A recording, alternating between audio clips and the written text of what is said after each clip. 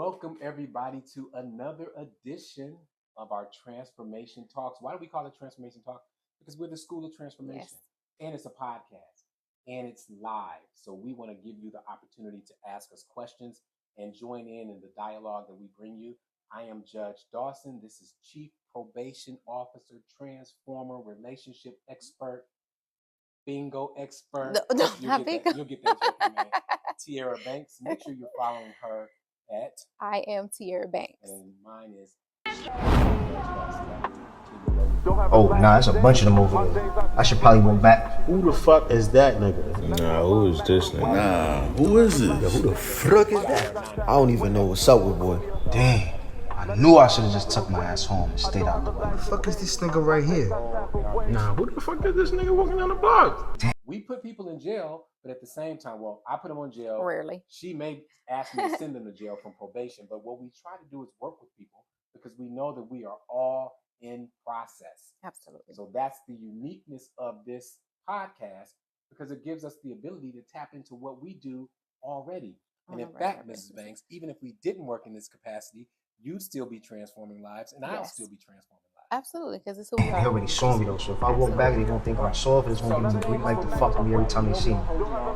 Just have to walk through these niggas. Make sure you're someone looking at them, but not for too long. That'll invite an issue, but also don't not look at them because that signals that you're soft and then it'll also invite an issue. Walk right, fix your shoulders, make sure you're not hunched over. Roll them back. Get your hands out your pockets. Get your hands out your pockets. You crazy? So Don't give them a reason to fuck with you. Give the original author credit at this time, but it was beautifully done. But there was a reenactment of a interaction that we as African Americans experience every day, especially being an African American. Boy about to get his shit broke over here. There you go. Don't fold. Don't fold, dog. You're doing good. God is with you. Keep going. You're almost there. You're almost there. Damn, I hope they don't try to beat this nigga up. You. The men, he realized like how tense this interaction could be.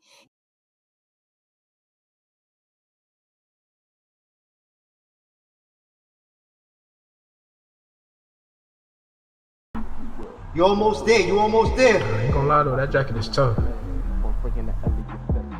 Yeah. Yeah. There you go. And, in his mind, all the possibilities started to play out. And what this, this creator showed us was like the thoughts, all the thoughts that go through our mind, like how we have to, our posture means something. So you need to, you need to look confident, but you can't look aggressive. He was trying to tell himself like, just as a natural nervous reaction, you put your hands in your pockets and he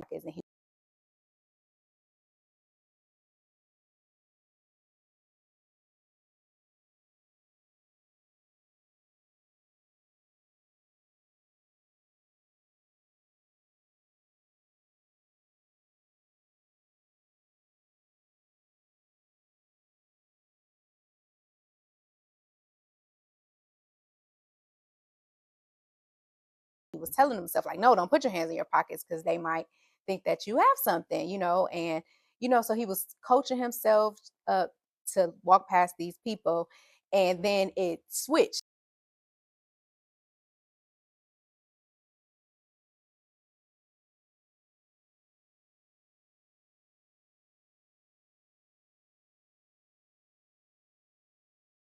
And it showed like all of the possibilities of all the other men watching it, like who is he, how we size each other up from head to toe. The switches again, and the guy makes it through, and he's kind of celebrating like, whoo, you made it through.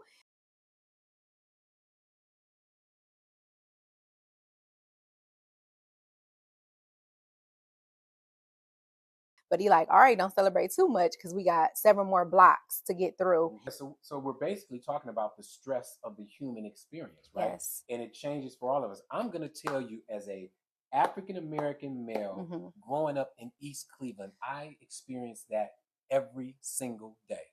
So when I walked from my house, because we walk to school, unlike some of our kids now get dropped off and drive their own cars and all that stuff. But when I walked from my house to Shaw High School, I had to walk past several territories of people I didn't know, groups of individuals who hung together or called themselves gangs.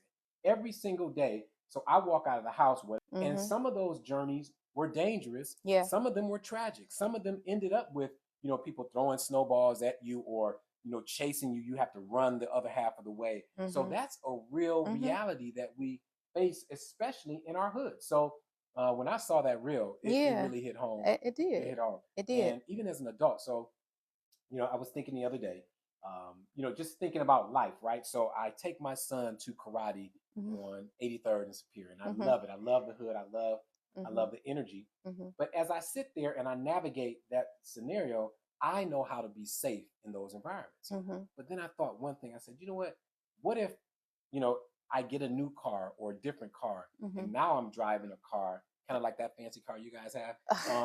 And now I'm sitting in the same place. Yeah. I become a target. Yeah, unrecognizable. Unrecognizable. Yes. So no matter how much I know how to navigate the hood, no matter how comfortable I am, that car makes me a target. And we see that happening every day. So those are also things. So now I have to think, well, do I really need a new car? Because I'm here twice a week. Yeah. This is my life. So now I have a car that I can only drive certain places. Right. So those are the considerations. And like you said, on top of everyday stress. Yes. Gas prices and all that stuff. Yeah, what you're going to feed your family. And in some of the comments, even on that reel, began to mention all the other interactions, because this was, a group of Black men, another Black man trying to walk through a group of Black men. But then they also brought up, like, what about when a woman has to walk through a crowd of men? Tell me from your perspective. So, you grew up in an inner city too. Yeah. You were a young lady navigating the neighborhoods, like some of our listeners and all of us, we had those experiences. Tell us the real experience, even if it didn't bother you, of a young woman and her friends or alone, walking past a group of men. What was the reality for women? We weren't, I know for myself, I wasn't worried about if they perceived me as a threat, but it was like, are they going to snatch me? I had to worry about, what I had on, like, are my clothes too tight? Like, am I revealing any parts of my body? Am I, I'm smiling, I'm friendly, but are my smiles going to be interpreted as flirts? Invitations. Yeah, invitations. So, like, what are they going to say to me? And if they, sometimes if they say, hey girl, or whatever, and you say, oh no, thank you, it's, then you could be a B and you stuck up and, and all that. So it is, even to this day, it's like, yeah, I might not be in those situations on the regular where I'm walking down the street because now I'm driving. But if I have, if I find myself in situations where I'm walking in a building through me, I still have to navigate, now I'm an adult. So it's like, again, like you just mentioned, the car or something. If I get out this type of car, it's like, who car you in? That's your man car. If I answer the wrong way, or so you do really go through this thing that makes you kind of hyper vigilant amongst your own people sometimes, right? Where it's like, I just want to love y'all and I want to be friendly, and I'm like, hey king or whatever, but it's like, I'm also not trying to be inviting or send a wrong message. So I do have to, sometimes over and analyze my interactions. And I'll tell you, because I made a couple of notes when I watched the thing, the reel. The other one is I've experienced the same thing driving down the street. I don't know if I shared this with you, but the other day on my street, when it was warm outside, individuals brought their basketball court to the street, and I had to navigate to get down the street. And sure enough, as I rode past, on the left and the right, there's nothing but stairs into my car. Yeah. And who knows what they mean, but they're menacing. Right. And they could cause concern, or they can cause fear, or all of a sudden they can cause someone to put their hand on their weapon, and then all things can break out. So it's like, I think what we need to do, we need to be aware that everyone's under a little bit of stress. Not a little bit. A lot of it. Yes. So we need to soften. Oh my gosh. Tierra, my morning message today, because I send out a text message to 100 or so people every morning. Today's message was that you can be, I guess, something like you can be hard and soft at the same time, because we need to be soft and realize that everyone's going through it. So soften up a little bit so that we don't cause extra anxiety. Absolutely. Someone said, it went somewhere else, but someone said that, an interaction, they could go from nice to mean real quick, and what you just said also triggered a thought, like about what we mentioned, you saying that we should be a little bit softer. Like, sometimes just speak, like just sometimes we could just speak. Like, sometimes we're so in our heads and trying to analyze our own body language while trying to interpret theirs that we forget to be in the moment and just say, I am simply walking past a group of people.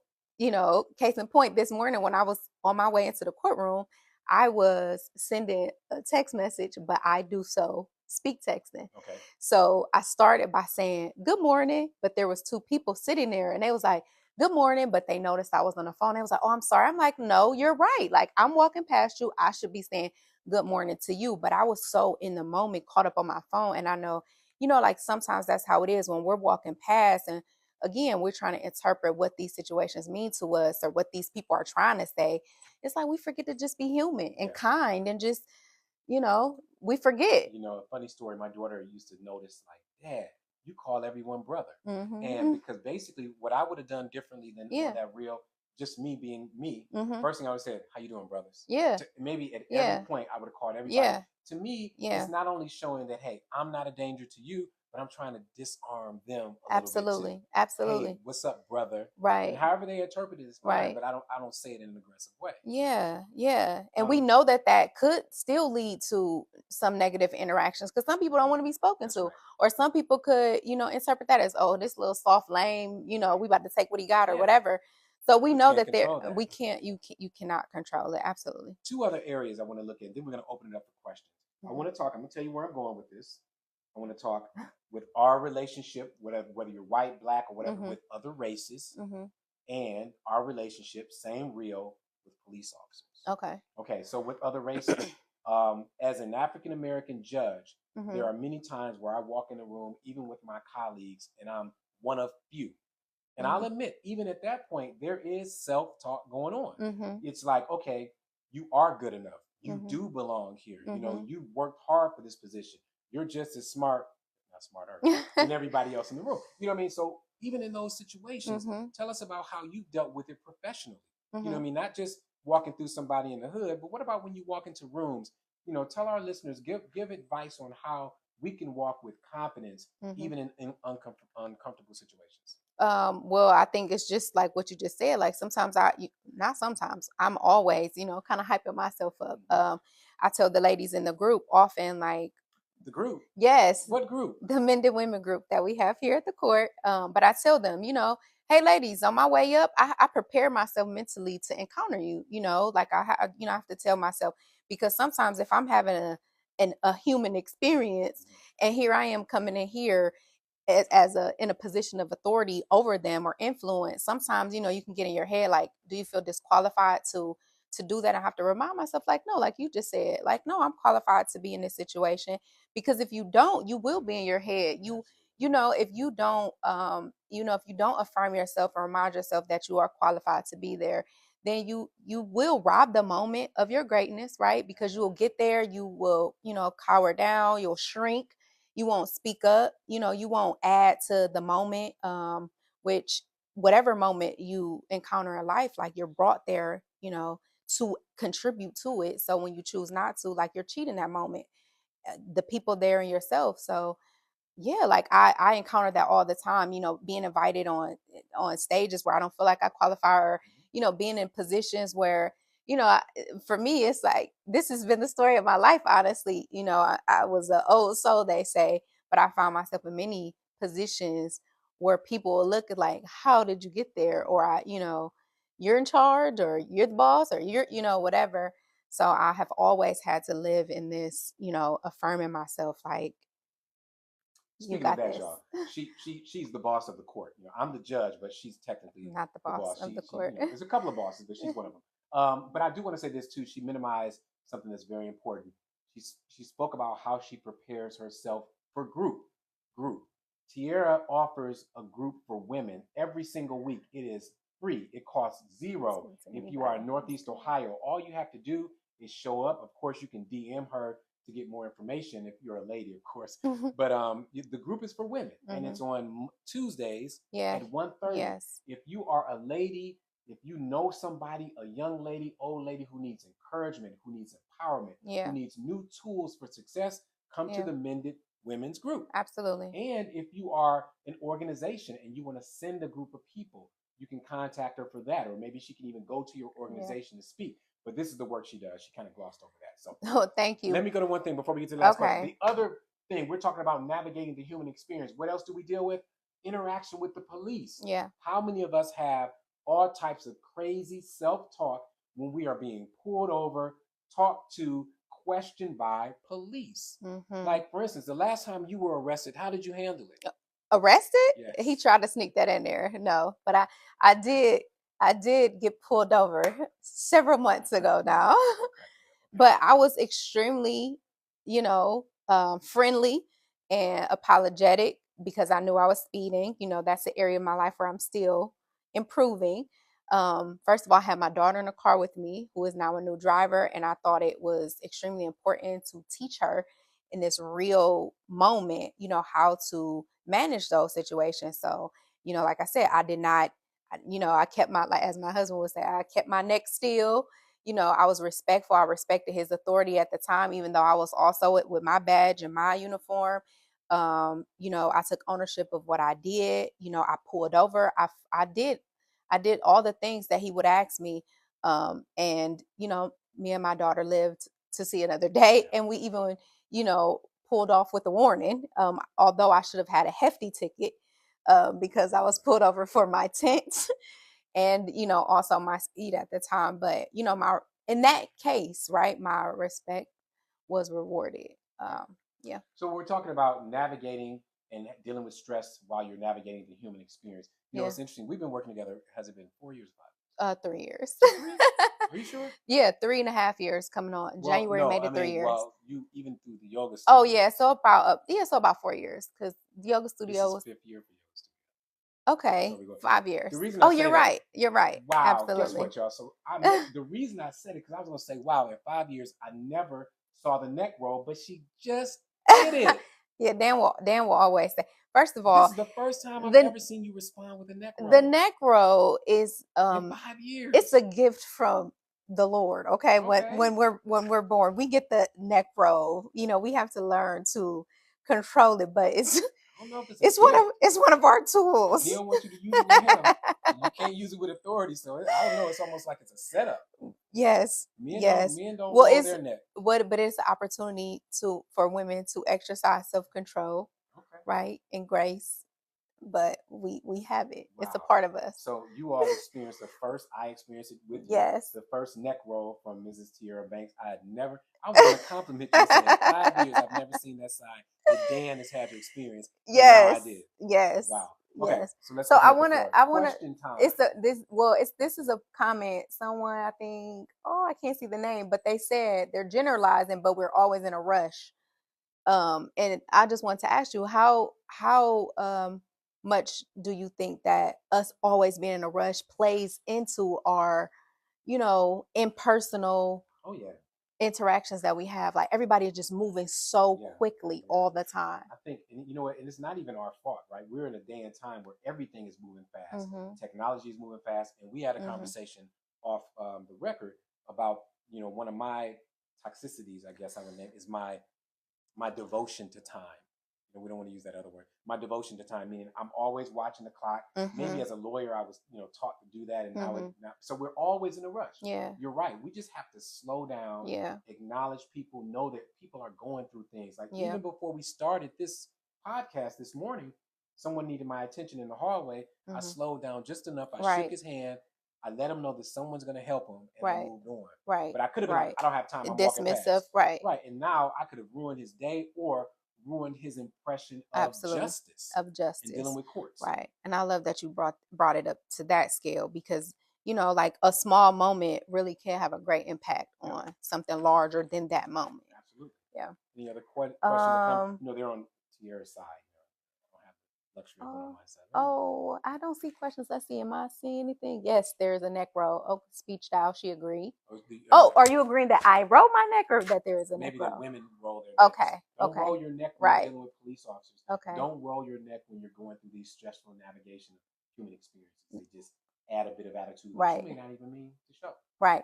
Oh, well, someone says that, I guess this is a shot to us, saying that government employees using our courts to grift. So maybe they're saying that we're using. So why is this? Yes, because this is useful. So I'll tell you this: if you've been following me, and that's what I love about social media is that everybody gets to have an opinion. If you've been following me, one thing you'll realize is that and this is why Mrs. Banks is on my team, we are dedicated to being more than a court. I am dedicated to being more than a judge that puts you in jail. She's dedicated to being more than just a probation officer that says, drop your urine, you either violate it or not. This woman she has a schedule of her own time that she devotes to probationers just to check in with them on a weekly basis. So you're right.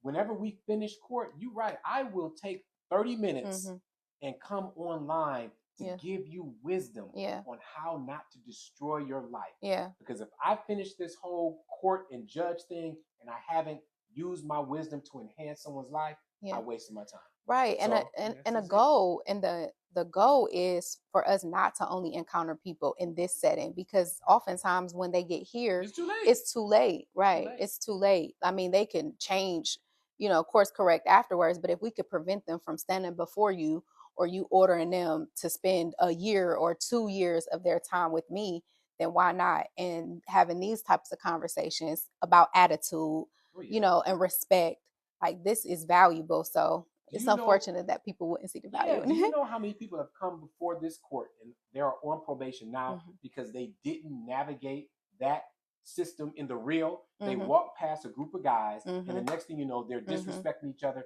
and there's a fight or there's a gunshot or there's a knife stabbing. So what we're doing is using real world situations and trying to turn them around so that you don't have to get caught up in this legal system. Right. And I'll never stop doing that. Unapologetic.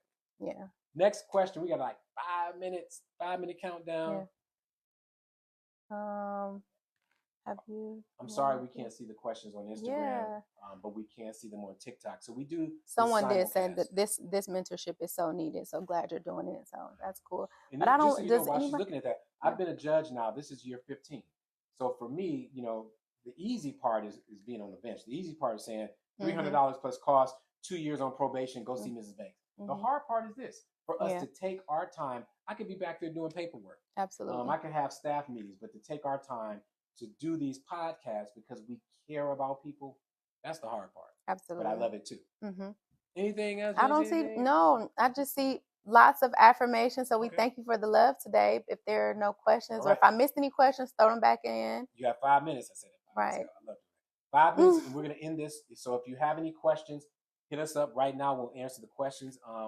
My Instagram, YouTube, everything is at Judge Dawson.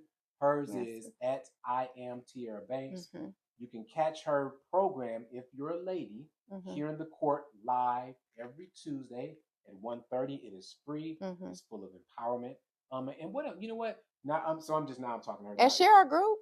Can you share our group? Even if you don't believe that you need to be here. If you know another woman, as long as she's an adult and she's looking for just a space to connect with other women who are just trying to, go on this journey in a positive manner, picking up some tools and some skills along the way, creating a sisterhood, like, let her know that we're here at 1:30. Last thing I'm gonna mention, few things a little while we're looking at maybe some more questions. I have a book that I have available on TikTok. It's called The Cycle Breaker. You can buy it there. I would love for you to learn about the journey of empowerment and improvement. Check that out. Tierra Banks is working on a workbook that's going to be for sale very shortly. And you have an event tomorrow. If you live in Northeast Ohio, your event tomorrow. Oh, this is called, because it's Mother's Day weekend. Yes. So this time around, we're just having fun, like just giving adults a chance to be kids for just a couple hours. Bubbles and bingo, just moms, business women, just kind of taking a few hours to just have some fun in the company of each other as we kick off the celebration to Mother's Day weekend. Here in it'll be at Cohatch and Beechwood. The event is listed on Eventbrite. Definitely, me and my co-host would love to have you there. Go to Eventbrite. Bubbles and Bingo. Yes. Northeast Ohio. It's in Beechwood at Cohatch. You can catch that wonderful event tomorrow. All right. So, ladies and gentlemen, we got to roll. Right. Tierra's about to go speak somewhere because she's still doing dynamic work. Yes. I'm about to go work. Hey, so, Elsie. We'll catch you every single Wednesday. We're committed to doing this live every Wednesday right after the docket. So we work first, and then we educate, and edify, and give you all this wonderful information. Which is still work. Still work. So make sure work you follow we love us. Doing. Be amazing. Be the best you can be. We'll see you next time. Absolutely. See y'all.